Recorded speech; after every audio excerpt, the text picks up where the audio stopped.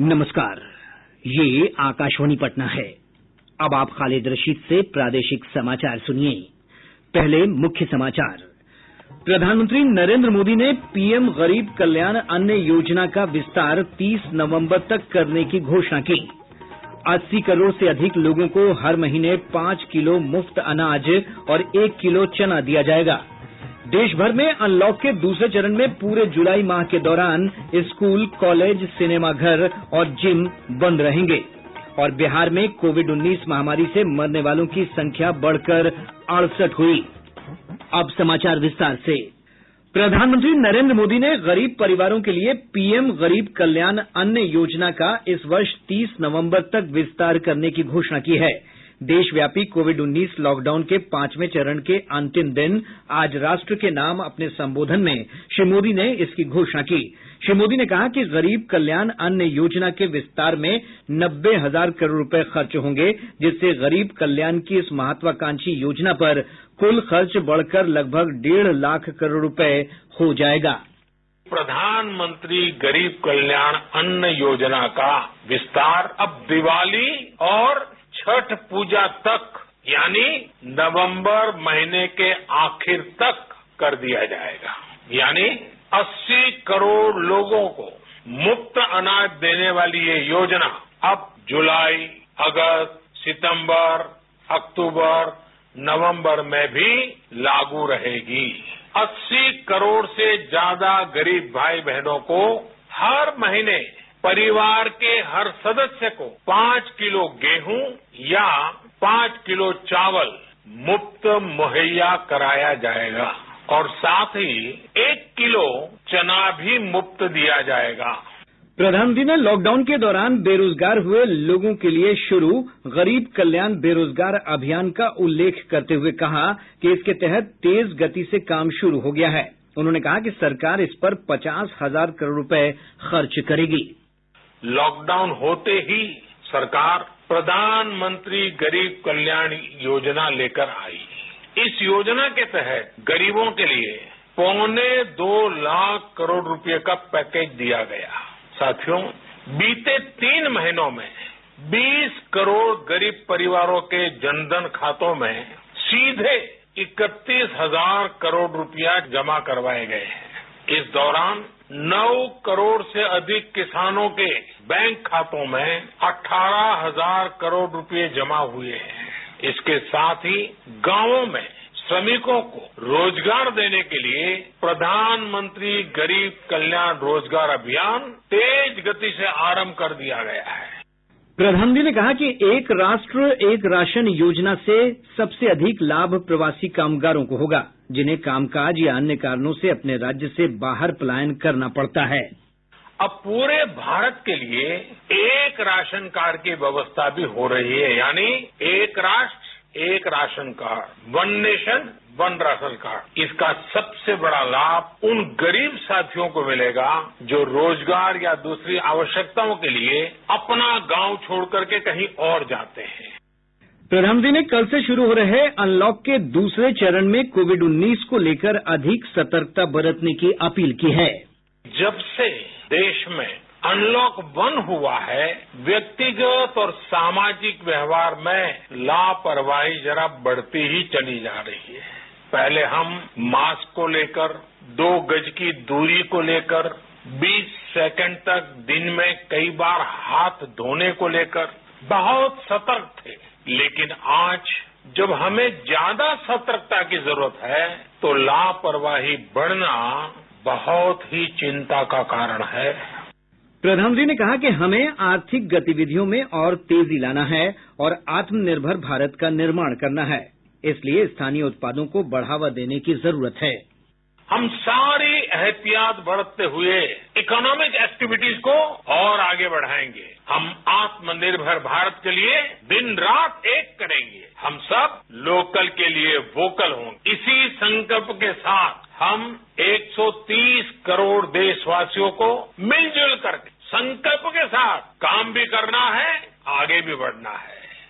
राज्य में पिछले 24 घंटों के दौरान कोविड-19 महामारी से 5 लोगों की मृत्यु की पुष्टि हुई है। इसके साथ ही महामारी से मरने वालों की संख्या बढ़कर 68 हो गई है। स्वास्थ्य विभाग से प्राप्त जानकारी के अनुसार राज्य में संक्रमित लोगों की संख्या बढ़कर 9,745 हो गई है। पिछले 24 घंटों के दौरान 238 नये मामले सामने आये हैं।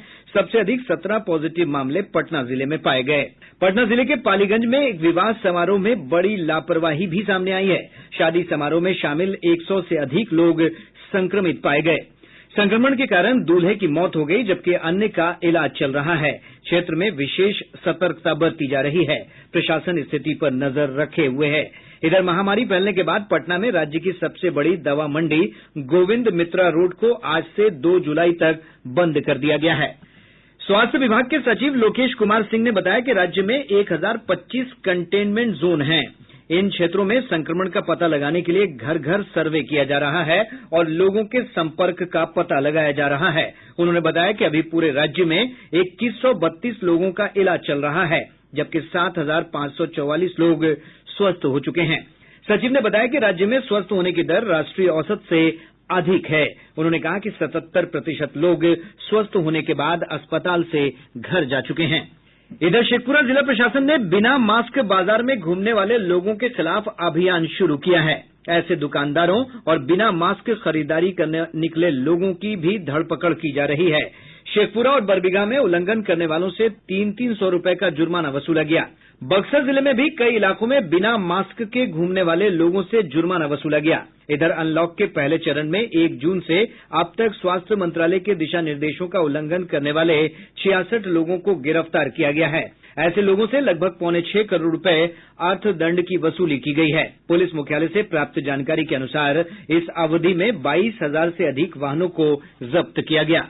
इधर देश में कोरोना संक्रमण से प्रभावित लोगों की संख्या बढ़कर 5,66,840 हो गई है। स्वास्थ्य और परिवार कल्याण मंत्रालय की रिपोर्ट के अनुसार देश में अब तक 3,34,822 कोविड रोगी उपचार के बाद स्वस्थ हो गए हैं। स्वस्थ होने की दर 59% से अधिक हो गई है। वहीं महामारी से 16,893 लोगों की मृत्यु हुई है।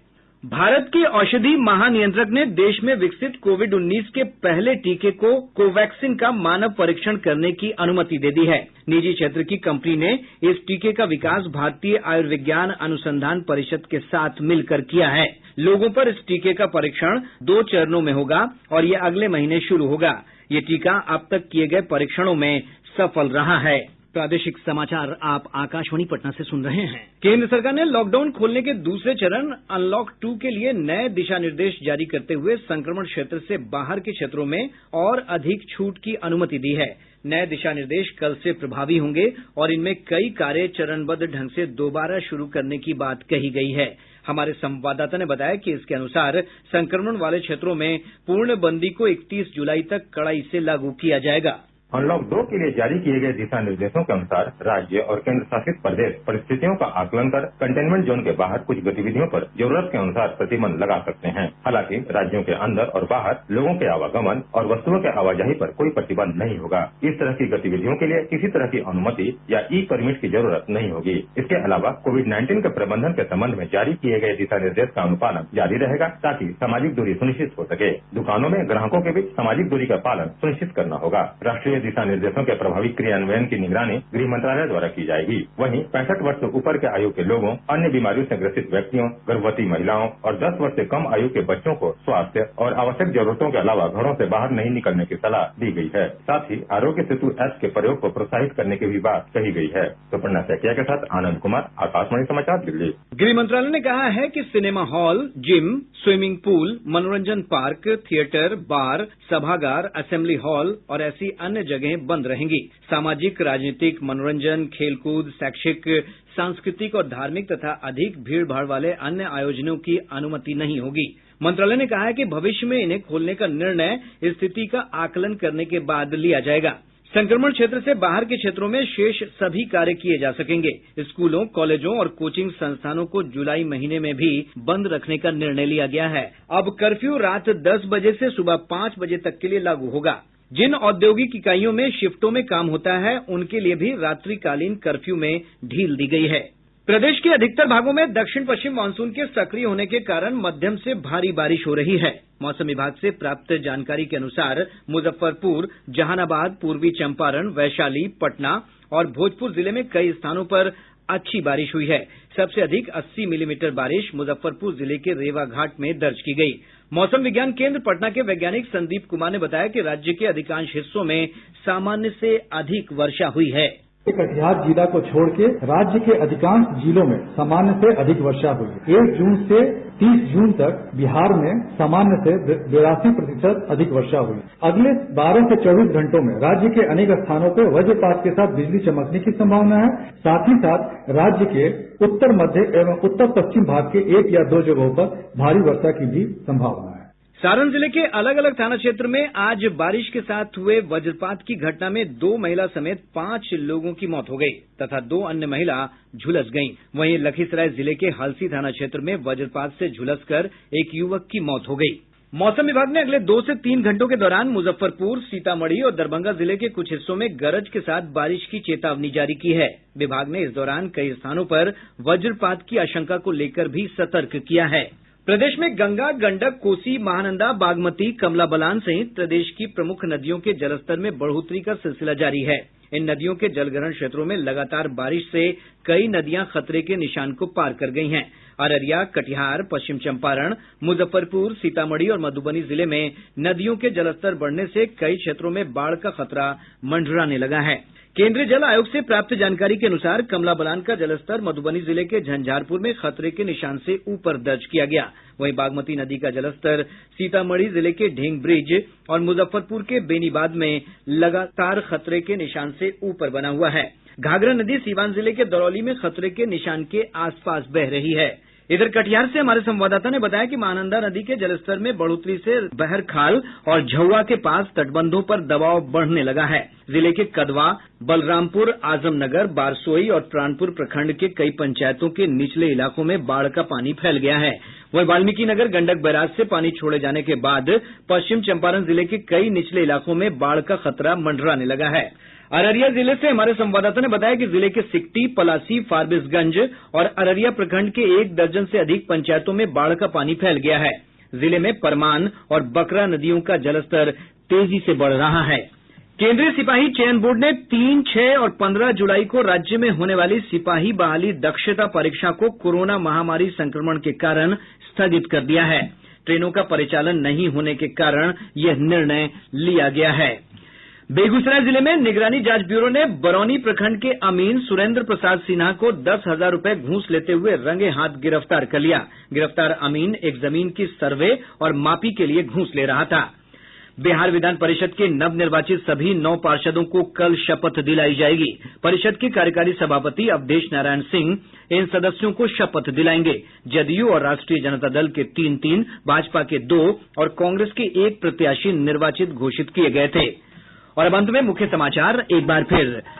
प्रधानमंत्री नरेंद्र मोदी ने पीएम गरीब कल्याण अन्न योजना का विस्तार 30 नवंबर तक करने की घोषणा की। 80 करोड़ से अधिक लोगों को हर महीने 5 किलो मुफ्त अनाज और 1 किलो चना दिया जाएगा। देश भर में अनलॉक के दूसरे चरण में पूरे जुलाई माह के दौरान स्कूल, कॉलेज, सिनेमाघर और जिम बंद रहेंगे।